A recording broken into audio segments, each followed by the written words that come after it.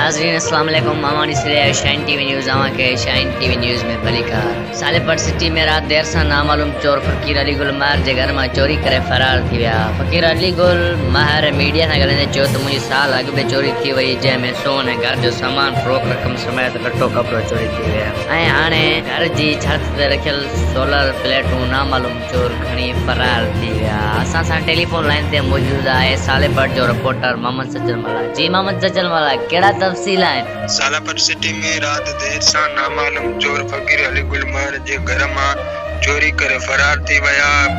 फकीर अली गुल महर मीडिया से ॻाल्हाईंदे चयो त मुंहिंजी 1 साल अॻु भी चोरी थी हुई जिनमें सोन ऐं घर जो सामान लटो कपिड़ो रोक रक़म चोर खणी वया हुआ। मां सालापट थाने ते दाऊं ईंदो रहियुसि पर चोरी वापस कोन थी।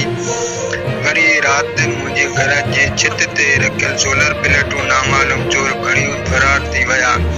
चौकीदार 15 का मथे आहिनि त भी चोरियूं थियनि थियूं। सालापट तालुके अंदर चोरन ऐं फोरन जो राज आहे। सालापट शहर में चोर जे रहम करम ते हलण लॻो। जुआ कड़ा पर्ची शराब जाम हलन लगो। सूबेदार साहब आराम में आए। शहरन ऐं फकीर अली गुल महर नए एसएसपी सकर संगार मलक ऐं ॿियनि खां मुतालबो कयो आहे त चोरी थियल सामान वापस करायो वञे। जी वॾी महिरबानी।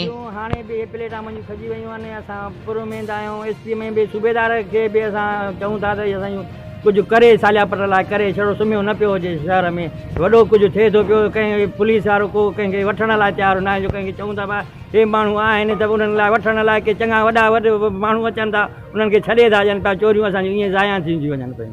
पोइ असां कंहिंखे तव्हां ॾियूं? असांजी जेको ॿुधे ई कोन थो।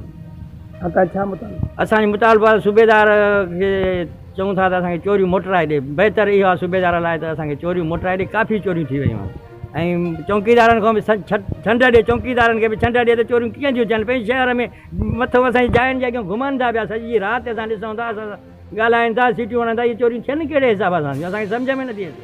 शहर सिटीअ में अंदरि वेठा आहियूं, कोई ॿाहिरि बि न आहियूं त ॿाहिरि चोरियूं थियनि थियूं पियूं।